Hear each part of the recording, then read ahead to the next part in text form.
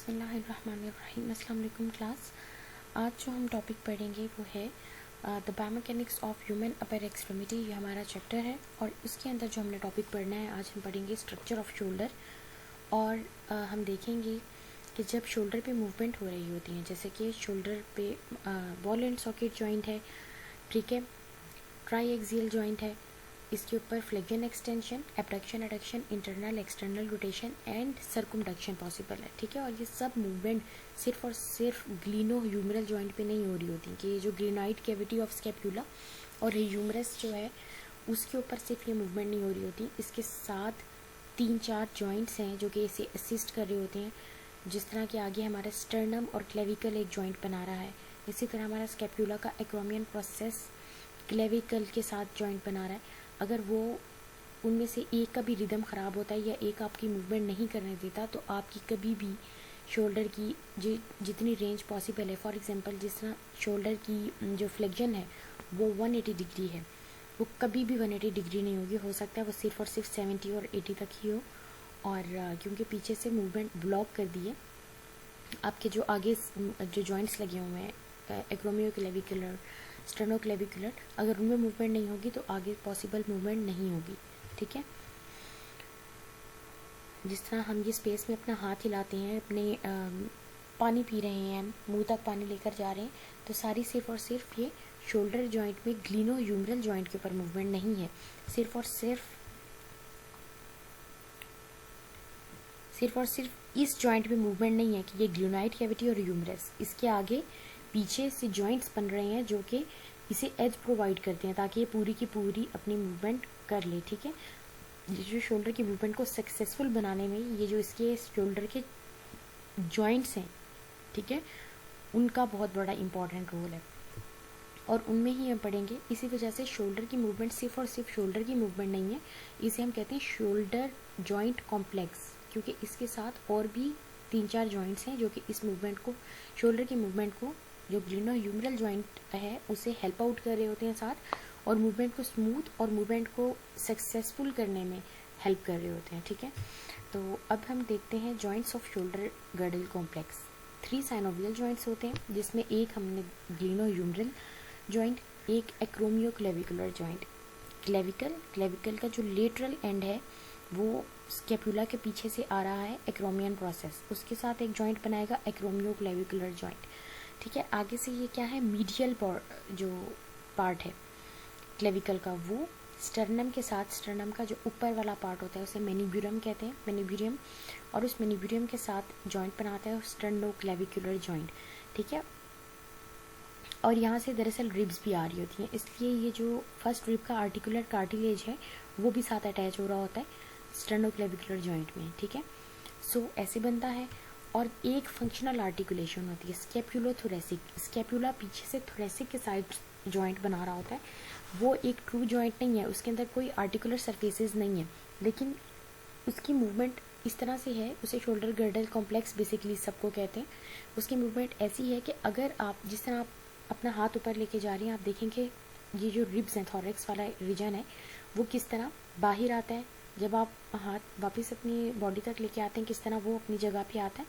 तो ये basically स्कैपुलोथोरेसिक rhythm है, ठीक है, जो कि मूवमेंट के बीच में हम नोटिस नहीं कर रहे थे, बट हमारी बॉडी में ये हो रहा होता है, ठीक है। तो ये भी एक जॉइंट है, ट्रू जॉइंट नहीं है, बट ये इसके थ्रू बड़ी मूवमेंट्स हो रही हैं, जिस तरह स्कैपुला की अपवर्ड रोटेशन, डाउनवर्ड रोटेशन, जिस तरह हम शोल्डर की एलिवेशन डिप्रेशन करते हैं, तो ये स्कैपुलोथोरेसिक जो है ये मूवमेंट, इसमें मूवमेंट्स हो रही होती हैं, स्टर्नोक्लेविकुलर, एक्रोमियोक्लेविकुलर, ठीक है। ग्लूनो ह्यूमरल में तो हो ही रही होती हैं, बट इनमें भी साथ साथ ये मूवमेंट्स हो रही होती हैं।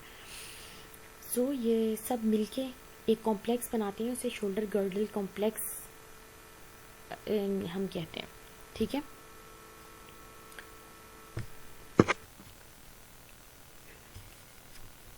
ठीक है, रेंज ऑफ मोशन अगर हम देखें शोल्डर गर्डल पे क्या है, फ्लेक्शन होती है हमारी 180 डिग्री तक, एक्सटेंशन 45 डिग्री टू 55 डिग्री, किसी की 40 डिग्री होती है, ठीक है, पर्सन टू पर्सन वेरी करती है। देन एबडक्शन 180 डिग्री, एडक्शन हमें पता है कि शोल्डर पे 0 डिग्री होती है। मैं इंटरनल रोटेशन और एक्सटर्नल रोटेशन का इसमें लिखना भूल गई हूँ, बट ये हम पहले कर चुके हैं, आपको याद भी होगा। इंटरनल रोटेशन है 70 डिग्री, 65, 70 डिग्री, ठीक है, 65 to 70 degree. And then external rotation है हमारी 90 डिग्री। सो ये रेंजेस हैं शोल्डर गर्डल की जो हमने गोनियोमेट्री में कर ली हैं। देन स्टर्नोक्लेविकुलर जॉइंट, ठीक है, स्टर्नोक्लेविकुलर जॉइंट साइनोवियल जॉइंट है। ये क्या है, प्रॉक्सिमल एंड ऑफ क्लेविकल, ठीक है, प्रॉक्सिमल एंड जो कि जाहिर बात है मीडियल साइड से है, वो किसके साथ, क्लेविकुलर नॉच मेनिब्रियम के ऊपर, ठीक है, यहाँ पर ये आप देख रहे हैं ये नॉच बनी हुई है, ठीक है, इसे क्लेविकुलर नॉच कहते हैं। क्यों, क्योंकि क्लेविकल ने आके इसके साथ अटैच होना होता है, इसके साथ जॉइंट बनाना है। और first rib to form cartilage of first rib join to form sternoclavicular joint, ठीक है।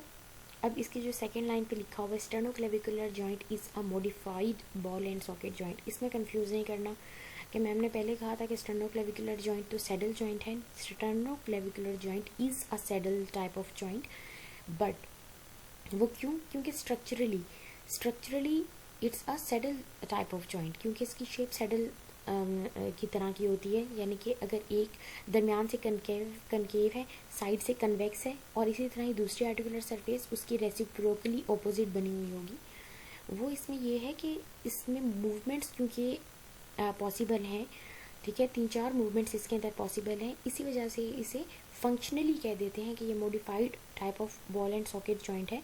बट ये जो स्ट्रक्चरली है इट्स अ सैडल जॉइंट, लेकिन इसके अंदर जो इसकी जो मूवमेंट्स की एफिशिएंसी है उसकी वजह से इसे कह देते हैं कि ये बॉल एंड सॉकेट की तरह ही फंक्शन करता है, ठीक है। So sternoclavicular joint is a saddle type of joint between the sternal end of clavicle and the manubrium of sternal end of clavicle। जो क्लेविकल का स्टर्नम के साथ पार्ट जॉइंट बन रहा होता है उस वाली साइड को स्टर्नम एंड ऑफ क्लेविकल कह देते हैं। जिस तरह हम मेनिब्रम के ऊपर क्लेविकुलर नॉच है, इसी तरह ही क्लेविकल का जो पार्ट है जिसमें स्टर्नम के साथ जाके अटैच होना है उसे हम कहते हैं स्टर्नल एंड ऑफ क्लेविकल, ठीक है। एंड देन फर्स्ट कार्टिलेज, जो फर्स्ट कॉस्टल कार्टिलेज है फर्स्ट रिब का, वो भी कंट्रीब्यूट कर रहा होता है इसके साथ, ठीक है। ये जॉइंट क्या करता है, major axis of rotation for movements of clavicle and scapula, ठीक है। स्टर्नोक्लेविकुलर जॉइंट जो है ये एक्सिस प्रोवाइड कर रहा है, स्टर्नम और क्लेविकल तो जॉइंट बन रहा है, लेकिन पीछे से स्कैपुला को भी एज प्रोवाइड कर रहा है, मूवमेंट परमिट करवा के स्कैपुला भी साथ, जारी बात है, और उसके अंदर एफिशिएंसी आएगी और अच्छी मूवमेंट करेगी। अगर आपका स्टर्नोक्लेविकुलर जॉइंट सही तरीके से मूवमेंट नहीं करेगा, जिस तरह आप शोल्डर को एलिवेट करते हैं, आप डिप्रेस करते हैं, अब आप थर्ड सेमेस्टर में आ चुके हैं, अब ये तो नहीं है कि आप लोगों को एलिवेशन, डिप्रेशन, प्रोट्रैक्शन, रिट्रैक्शन का नहीं पता, ये तो हम फर्स्ट सेमेस्टर से पढ़ते आ रहे हैं, ठीक है। सो मुझे पता है आप सभी को पता ही होगा। सो प्रोट्रैक्शन करते हैं, ठीक है, कंधों को आगे लेके आते हैं, रिट्रैक्शन करते हैं, पीछे लेकर जाते हैं, तो आपकी स्टर्नोक्लेविकुलर जॉइंट पे मूवमेंट हो रही है, ठीक है। और ये जो स्टर्नोक्लेविकुलर जॉइंट पे ये जो मोशन हो रही है, ये सिर्फ और सिर्फ उस पर तो नहीं है, जाहिर बात है, इसमें पीछे स्कैपुला को आप एलिवेट कर रहे हैं, डिप्रेस कर रहे हैं, आप अपना कंधा इस तरह ऊपर, आप फॉर एग्जांपल अगर शोल्डर को एलिवेट कर रहे हैं, ठीक है, आप शोल्डर को एलिवेट कर रहे हैं, तो उससे क्या हो रहा है, आपकी जो, अगर मैं यहाँ पे आपको पॉइंटर पेन ऑन करके दिखाऊं, फॉर एग्जांपल अगर आप शोल्डर एलिवेशन कर रहे हैं, ठीक है, या आप एलिवेशन कर रहे हैं शोल्डर, तो खुद करके देखें, आपका जो स्कैपुला है वो क्या कर रहा है, वो ऐसे जा रहा है, शोल्डर एलिवेशन करने के साथ स्कैपुला आपका इस तरफ ही जा रहा है, इसका मतलब है स्कैपुला के अंदर रोटेशन हो रही है अपवर्ड साइड पर, ठीक है, तो स्कैपुला भी रोटेट हो रहा है, एलिवेट कर रहे हैं तो स्कैपुला क्या हो रहा है, अपवर्ड रोटेट कर रहा है, और इसी तरह जब आप डिप्रेस कर रहे हैं तो ये अब आप क्या कर रहे हैं, डिप्रेस कर रहे हैं शोल्डर को, तो आप फील करके देखें, स्कैपुला आपका क्या है, मीडियल साइड पे आ रहा है, इसका मतलब है क्या, ये डाउनवर्ड रोटेट कर रहा है, ठीक है। तो ये देखें, अब आपका स्टर्नोक्लेविकुलर जॉइंट पे मूवमेंट हो रही है, लेकिन पीछे से क्या है, स्कैपुला पे भी मूवमेंट पॉसिबल हो रही है। सो कैप्सूलर प्रॉपर्टीज़ अगर इसकी देखें, consist of the sternal end of the clavicle, strong joint को कैप्सूल है, जाहिर बात है, हमने देखा है कि साइनोवियल जॉइंट है, तो इसके अंदर कैप्सूल प्रेजेंट है, manubrium of the sternum and part of the first costal cartilage, the articular surfaces are covered with fibrocartilage, the joint is separated in two compartments by a fibrocartilaginous articular disc, इसके दरमियान में एक articular disc यहाँ पे हमें नज़र नहीं आ रही, नहीं ये रही, ठीक है, दूसरी तरफ दिखाई हुई है। दरमियान में क्या है, ये एक आर्टिकुलर डिस्क है, फाइब्रोकार्टिलेजिनस आर्टिकुलर डिस्क है, ठीक है, साइनोवियल ये जॉइंट है, फाइब्रोकार्टिलेजिनस आर्टिकुलर डिस्क भी है इसके दरमियान में। देन अगर हम इसका देखें आर्थ्रोकाइनेमेटिक्स, आर्थ्रोकाइनेमेटिक्स इसकी क्या है, the motion of the clavicle occur as the result of scapular motion of elevation, ठीक है, स्केपुलर कैसे हो रहा है क्लेविकल की, अगर आप जाहिर बात है एलिवेशन कर रहे हैं, अपने कंधे को ऊपर लेके जा रहे हैं, तो सिर्फ क्लेविकल पे तो इसकी किसके साथ मूवमेंट हो रही है, कैसे स्केपुला मूव कर रही है, ठीक है, आपने कंधा ऊपर किया, स्केपुला ने मूव किया साथ, और उसकी वजह से ये सारे एक दूसरे के साथ साथ वर्क कर रहे हैं, इनमें कभी भी अकेली मूवमेंट नहीं हो रही है, ठीक है। The motion of the clavicle occur as a result of scapular motion, ठीक है, स्केपुला ने आपका एलिवेट किया, स्केपुला ने डिप्रेस किया, स्केपुला प्रोट्रैक्ट आगे आया, कंधा आगे आया तो स्केपुला आगे आ गया, कंधे को आप पीछे लेके गए, रिट्रैक्ट किया तो आपका स्केपुला पीछे चला गया। इसके साथ साथ मूवमेंट क्या हो रही है, क्लेविकल के अंदर भी हो रही है, ठीक है, एससी जॉइंट के अंदर, स्टर्नोक्लेविकुलर जॉइंट के अंदर। Rotation of the clavicle occur as an accessory motion when the humerus is elevated above the horizontal position and the scapula upwardly rotates, ठीक है। अब वो कह रहे हैं कि जो क्लेविकल में रोटेशन है वो कभी भी आइसोलेटेड नहीं हो सकती कि सिर्फ क्लेविकल को हम अप रोटेट करें, नहीं, ऐसा नहीं हो सकता। इसमें यह है कि जब ह्यूमरस आपकी अबव 90 जाएगी, ठीक है, is elevated above the horizontal plane, horizontal plane से जो आपके हॉरिजेंटल प्लेन में एक ह्यूमरस है, ठीक है, अब आप उसे एलिवेट करेंगे, देन आपका क्या होगा, स्केपुला अपवर्ड रोटेट करेगा, जिस तरह मैंने आपको बताया, स्केपुला अपवर्ड रोटेट करेगा तो क्लेविकल में क्या हो जाएगी, रोटेशन हो जाएगी। तो क्लेविकल में रोटेशन कभी भी खुद से प्रोड्यूस नहीं हो सकती, इसमें क्या है, जब वो स्केपुला में मूवमेंट होगी, स्केपुला अपवर्ड रोटेट करेगा, देन क्लेविकल में रोटेशन प्रोड्यूस होगी।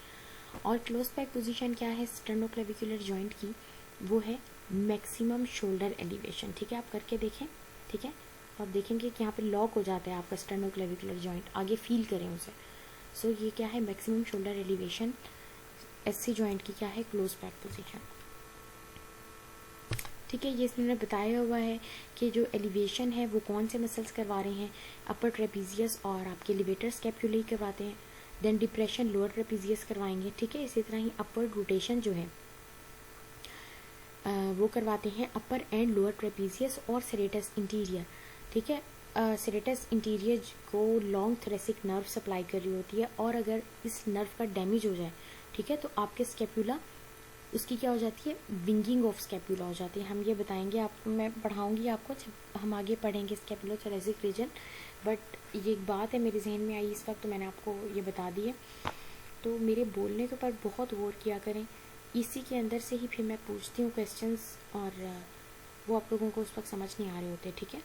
इसी तरह ही डाउनवर्ड रोटेशन जो है स्कैपुला की कौन कराता है, आप देखें, ये वर्टिब्रल कॉलम है, ठीक है, this is your vertebral column, और ये आपकी क्या है, स्कैपुला, ठीक है।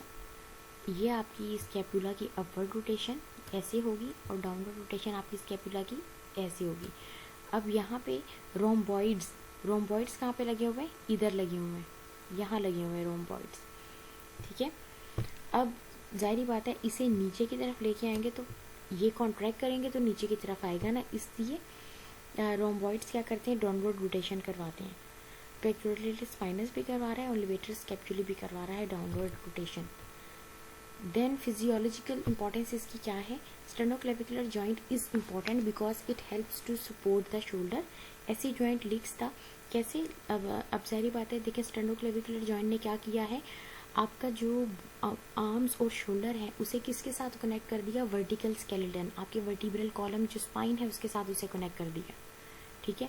देखें रिब्स हैं उसके दरमियान में स्पाइन नहीं है ना, वर्टिकल स्केलेटल है आपका, उसके साथ उसे कनेक्ट कर दिया है। सो अब हम देखते हैं एक्रोमियोक्लेविकुलर जॉइंट। एक्रोमियोक्लेविकुलर जॉइंट क्या है, ये आपका एक्रोमियन स्कैपुला का, मैं लेज़र पॉइंटर ऑन कर लूँ, ये आपका एक्रोमियन है और ये आपकी क्लेविकल आ रही है, और इसके ये तो ऊपर लिगामेंट लगाया हुआ, बट इसके नीचे क्या है, एक्रोमियोक्लेविकुलर जॉइंट, और ऊपर क्या है, एक्रोमियोक्लेविकुलर लिगामेंट है। ठीक है, ये क्या है, इरेगुलर डायआर्थ्रोडियल जॉइंट है between the acromion process of scapula and distal clavicle. It allows limited motion in all 3 planes. ठीक है, rotation occurs during arm elevation. ठीक है, जब हम आर्म एलिवेट करेंगे अपनी, ठीक है, तो इसके अंदर रोटेशन कब होगी, जब हम आर्म एलिवेट करेंगे। ठीक है, और और इसकी क्लोज बैक पोजीशन क्या है, जब ह्यूमरस एबडक्टेड, ह्यूमरस आप एबडक्ट कर लेंगे 90 डिग्रीज पर, तो इसकी क्या है, क्लोज बैक पोजीशन होती है। ठीक है, यहाँ पे यानी कि इसकी जो सर्फेसिस है मैक्सिमम कॉन्ग्रेंट है, मैक्सिमम लिगामेंट टॉट है। ठीक है, मोस्ट स्टेबल पोजीशन है इस जॉइंट की, क्लोज बैक पोजीशन है। सो एक्रोमियोक्लेविकुलर जॉइंट ये है।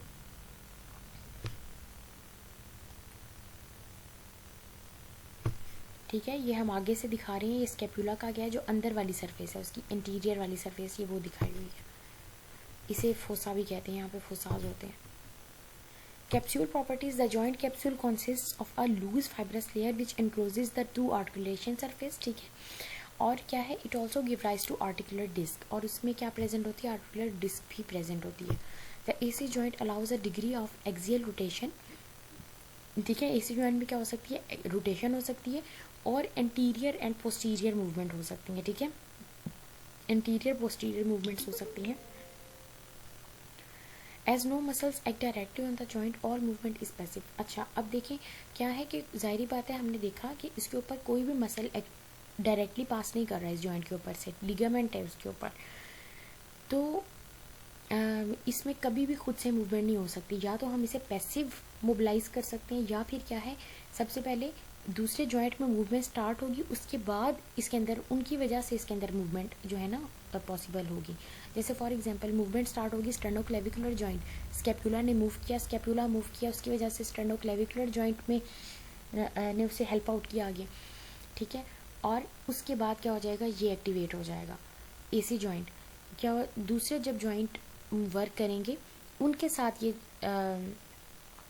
ठीक है, कि इसकी मूवमेंट इनिशिएट कब होगी, जब दूसरे जॉइंट्स में मूवमेंट, इसके आसपास के जॉइंट्स में मूवमेंट स्टार्ट हो जाएगी। जैसे ग्लिनोह्यूमरल है, स्टेर्नोक्लेविकुलर जॉइंट में जब मूवमेंट स्टार्ट होगी तो इसके अंदर होगी। ठीक है, तो इसीलिए कह देते हैं कि एसी जॉइंट जो है वो लिमिटेड मूवमेंट परमिट करता है, क्योंकि ये डिपेंड करता है दूसरे जॉइंट्स पे अपनी मूवमेंट के लिए। और जो आपका स्टेर्नोक्लेविकुलर जॉइंट है, ठीक है, उसमें इससे ज़्यादा मूवमेंट पॉसिबल होती है। ठीक है, so muscles which move the scapula cause it. ठीक है, मसल्स, अब जाहिर बात है जो मसल स्कैपुला को मूव करवा रही हैं, जैसे कि हमने देखा कि लिवेटर स्कैपुली है, ट्रेपीजियस है, रोम्बॉइड्स हैं, वो जो इसे मूव करवा रही हैं, वो इसे क्या, वो उन मसल्स स्कैपुला को मूव करवाएंगे, तो उसके वो मूव करेगी, तो साथ साथ एसी जॉइंट में भी पैसिवली खुद दूसरे जॉइंट्स की वजह से मूवमेंट आ जाएगी, इसकी अपनी कोई मूवमेंट नहीं है। ठीक है, scapular movements on the chest wall fall into 3 groups. ठीक है, scapular movement on the chest wall fall into 3 groups, protraction, retraction around the chest wall, rotation, elevation और डिप्रेशन। ये मैं आपको पहले ही बता चुकी हूँ।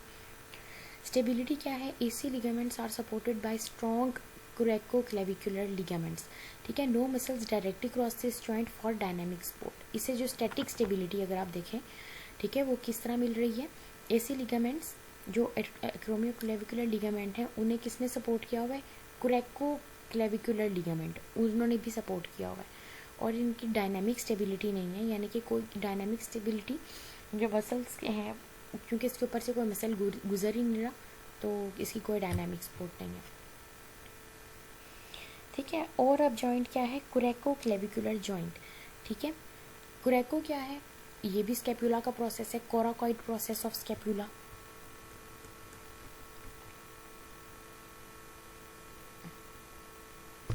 ये देखें, दिस इज कोरेको कोराकॉइड प्रोसेस। अब इसमें हम क्या पढ़ रहे हैं, कोरेकोक्लेविकुलर joint.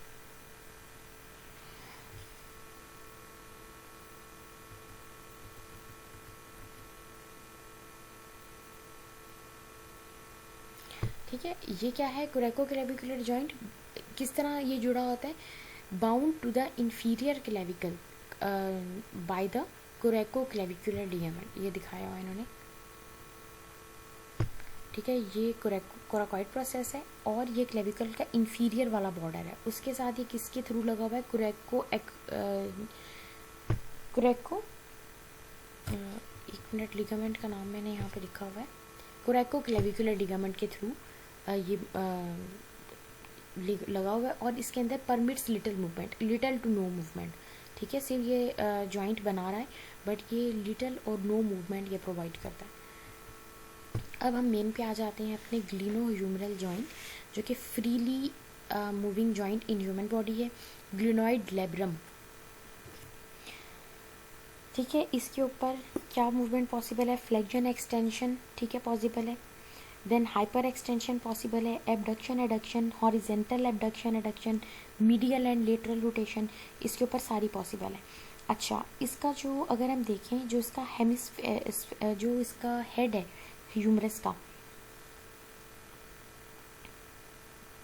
the almost hemispherical head of humerus has 3 to 4 times the amount of surface area as a shallow glenoid fossa of the scapula with which it articulates, ठीक है। Glenoid cavity का जो है, जो उसका फोसा है, जो ग्लिनोइड फोसा है स्कैपुला के ऊपर, ठीक है, उसका इतने सरफेस नहीं होती जितनी इस ह्यूमरस के हेड की सरफेस होती है, वो ज़्यादा उसकी ज़्यादा सरफेस होती है, ठीक है। इसकी वजह से क्या होता है, जब भी मूवमेंट होती है तो वो उसके अंदर स्लाइड करता रहता है, ठीक है, वो खुद मूव, वो उसके वो जो उसके अंदर लीनियरली मूव करता रहता है उस ग्लिनोइड फोसा के अराउंड। अगर हम आपको, मैं इसकी पिक्चर दिखाऊँ आपको यहाँ पर, ये ठीक है, ये देखें ग्लिनोइड फोसा कितना सा, इतना सा, और ये हेमिस्फेरिकल जो हेड है ह्यूमरस का कितना बड़ा है, और ये कितनी ये बिल्कुल डीप नहीं है ये कैविटी, ठीक है। और इसके अगर आप कंपैरिजन करें और अपना हिप जॉइंट जहन के अंदर लाएं, कितनी डीप कैविटी है, और डीप कैविटी और ऊपर से फिर लिगामेंट्स भी आ गए, ठीक है। इसके बाहर क्या लगा होता है, यहाँ पे ग्लिनोइड लेब्रम लगा होता है जिसने इस ह्यूमरस के हेड को कवर किया होता है, वरना इस तरह तो आराम से डिसलोकेशन हो जाए, ठीक है।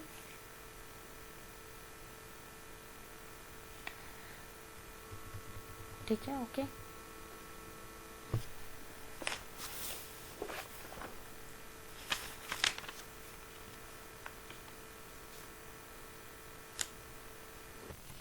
ठीक है, अब जब नॉर्मल रोटेशन हो रही है, जैसे कि इंटरनल एक्सटर्नल रोटेशन, तब तो सारी बात है वो एक जो लिमिटेड जितनी पॉसिबल है उसके ऊपर उतनी ही उसके अंदर जो ट्रांसलेशन होगी ह्यूमरस हेड की ग्लिनोइड कैविटी के जो फोसा है उसके ऊपर, ठीक है। जो ग्लिनोइड फोसा है उसके ऊपर लिमिटेड ट्रांसलेशन होगी, लेकिन अगर हम पैसिवली इंटरनल एक्सटर्नल रोटेशन कराएं, ठीक है, तो फिर क्या होगी, उससे भी ज़्यादा ट्रांसलेशन होगी ह्यूमरस के हेड की,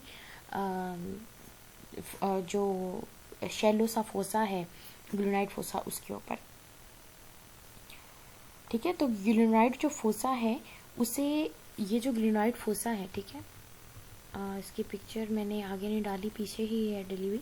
जो ग्लिनोइड फोसा है इसके ये इंसर्कल किससे हुआ होता है, ग्लिनोइड लेब्रम से, ठीक है। और वो जो ग्लिनोइड लेब्रम है वो किस किस से बना होता है, उसके अंदर थोड़ा सा पार्ट जॉइंट कैप्सूल का है, ठीक है। Tendon of long head of bicep उसके अंदर है, लॉन्ग हेड ऑफ बाइसेप क्या है, एंड ग्लिनो-ह्यूमरल लिगामेंट, इन सब से मिलकर एक ग्लिनोइड लेब्रम है जो कि यहाँ पे ग्लिनोइड कैविटी के इर्द गिर्द लगा होता है, जिसकी वजह से स्टेबिलिटी प्रोवाइड कर रहा है वो ग्लिनो-ह्यूमरल जॉइंट को, वरना तो ग्लिनो-ह्यूमरल जॉइंट आराम से डिसलोकेशन इसकी हो जाए, ठीक है। और इंटीरियर डिसलोकेशन मोस्ट कॉमन है,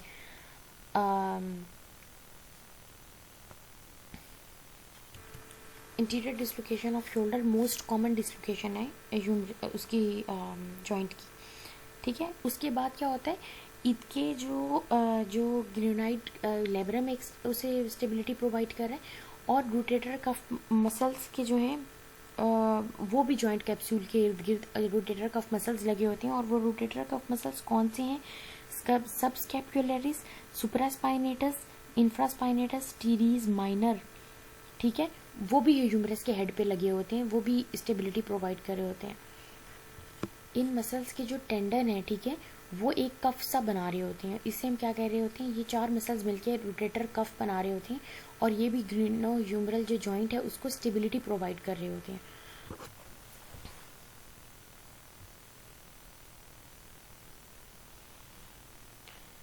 ठीक है, उसे स्टेबिलिटी प्रोवाइड कर रहे होते हैं ह्यूमरस की, और उसकी रोटेशन में हेल्प कर रहे होते हैं। इसका निमोनिक आप देखें, सिट्स, आप इसका निमोनिक याद रख सकते हैं क्या? S for supraspinatus, I for infraspinatus, T for teres minor, ठीक है, और सबस्कैपुलरिस, ठीक है, सबस्कैपुलरिस। इसके अंदर जो लेटरल रोटेशन इनमें कर रहे होते हैं वो है supraspinatus, infraspinatus and teres minor, ये लेटरल रोटेशन में हेल्प आउट कर रहे होते हैं। और जो सबस्कैपुलरिस है वो किस में, मीडियल रोटेशन के अंदर वो हेल्प कर रहा होता है, ठीक है। तो ये जो रोटेटर कफ मसल्स हैं, इसके अंदर जब इनके जो टेंशन प्रोड्यूस होती है जब रोटेटर कफ मसल्स के अंदर, तो वो क्या करते हैं, जो ह्यूमरस का हेड है उसे ग्लिनॉइड की जिस तरह जब भी ये जो रोटेटर कफ मसल्स हैं, सबस्कैपुलरिस, सुप्रास्पाइनेटस, इंफ्रास्पाइनेटस, ठीक है, टीरीज माइनर, इनमें जब टेंशन प्रोड्यूस होती है तो क्या करते हैं, ये ह्यूमरस को ग्लिनॉइड कैविटी के अंदर उसकी तरफ लेके आ जाते हैं, ठीक है, ताकि स्टेबिलिटी प्रोवाइड हो। इसी तरह ही जिस तरह बाइसेप्स ब्रेकियाई है, ठीक है, उसका भी जो लॉन्ग हेड है वो भी आपके जो शोल्डर जॉइंट है उसको स्टेबिलिटी, दोनों मिलके स्टेबिलिटी प्रोवाइड कर रहे हैं, ठीक है, दोनों एक्टिवेट होते हैं और ये शोल्डर की स्टेबिलिटी प्रोवाइड कर रहे होते हैं। किस तरह, जब शोल्डर ह्यूमरस ने मूव करना होता है, ह्यूमरस ने जब मूव करना होता है, फॉर एग्जांपल ह्यूमरस ने रोटेशन करनी है, तो क्या करेंगे, बाइसेप्स और ये जो रोटेटर कफ मसल्स, ये जो 4 मैंने आपको मसल्स बताए हैं, ये एक्टिवेट हो जाते हैं ताकि जब ह्यूमरस को मूव करने से पहले उससे स्टेबिलिटी प्रोवाइड करें ताकि वो आराम से मूव उसके अंदर कर ले, ठीक है। सो जितना होता है इसके अंदर मैं लेक्चर में पूरा वो कवर करती हूँ, बट अब आप लोगों का जो वो सेमेस्टर बढ़ गया, अब काइंडली बुक को पढ़ा करें। और मुझे पता है कौन बच्चे बुक पढ़ते हैं और ये भी पता है कौन बच्चे ये सिर्फ स्लाइड्स के ऊपर करते हैं। अगर मुझे, जब मैं आप लोग फिज़िकल क्लास में प्रेजेंट होंगे और मैं आपका टेस्ट कभी लूँगी का टेस्ट, और मुझे पता चल गया कि आप लोगों ने बुक से नहीं पढ़ा, तो नेक्स्ट टाइम आपको स्लाइड्स में इतना कंटेंट नहीं मिलेगा। मैं जस्ट वहाँ पे सिर्फ हेडिंग वहाँ पे डालूँगी और सिर्फ आपको लेक्चर डिलीवर करूँगी, ठीक है, क्योंकि बुक्स पढ़नी है आपने।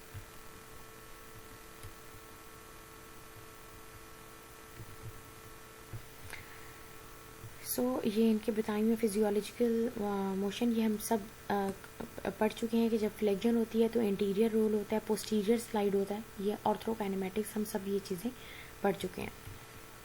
क्लोज पैक पोजीशन, इसकी क्या होती है, maximum abduction and external rotation, ठीक है। और एक्रोमियोक्लेविकुलर जॉइंट की मैंने आपको बता दिया था, और हमने स्टेनोक्लेविकुलर जॉइंट की भी देख ली थी कि क्या होती है क्लोज पैक पोजीशन, ठीक है। Scapulothoracic joint, region between the interior scapula, ठीक है, interior scapula and thoracic wall,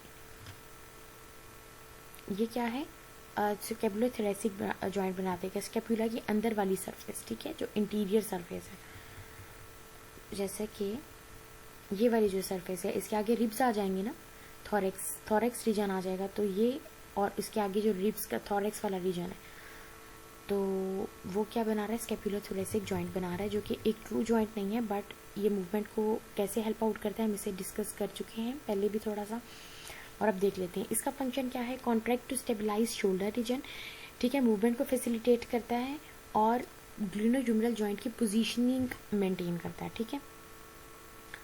motions of the scapula, elevation, depression, protraction and retraction seen with clavicular motions at sternoclavicular joint, ठीक है। इस तरह ही upward and downward rotation seen with clavicular motions at SC joint and rotation. अब जारी बात है, जो ही ये स्कैपुला मूव करेगी एससी जॉइंट में मूवमेंट होगी, साथ ही क्या हो जाएगी, एसी जॉइंट में मूवमेंट हो जाएगी, क्योंकि एसी जॉइंट की अपनी मूवमेंट नहीं है, ठीक है। And upward rotation of the scapula is a necessary component motion for full range of motion, ठीक है। जारी बात है, जब आप शोल्डर फ्लेक्जन करेंगे तो आप फील करके देखें आपकी स्कैपुला अपवर्ड रोटेट करती है, ठीक है। और एबडक्शन ऑफ ह्यूमरस, उसमें भी जब आप करें तो आपकी स्कैपुला अपवर्ड रोटेट करती है, ठीक है। और ये मैंने आपको बताया कि अपवर्ड रोटेशन कैसी होती है, ठीक है। देखिए इसने आर्म की एबडक्शन की हुई है और स्कैपुला क्या कर रही है, बाहर की तरफ निकल रही है, अपवर्ड रोटेट कर रही है, ठीक है। प्रोट्रैक्शन, आप कंधे आगे लेके जा रहे हैं, स्कैपुला क्या जा रही है, आगे की तरफ जा रही है। आप रिट्रैक्ट कर रहे हैं, स्कैपुला अपने ये जो आपके वर्टिब्रल कॉलम है उसके करीब हो रही है, ठीक है। ये इसमें एलिवेट दिखाया है, मैं आपको वैसे ही बता रही हूँ। रिट्रैक्शन में क्या होता है, स्कैपुला, दोनों स्कैपुला एक दूसरे के नज़दीक आ जाती हैं रिट्रैक्शन में, प्रोट्रैक्शन में दूर हो जाती हैं, ठीक है। एलिवेट आप कर रहे हैं, ये देखें आप एलिवेट, यहाँ से आप एलिवेट करेंगे, इधर से ये स्कैपुला क्या है बाहर की तरफ जाएगी, यानी कि अपवर्ड रोटेट करेगी। Okay class, this is the end of your lecture.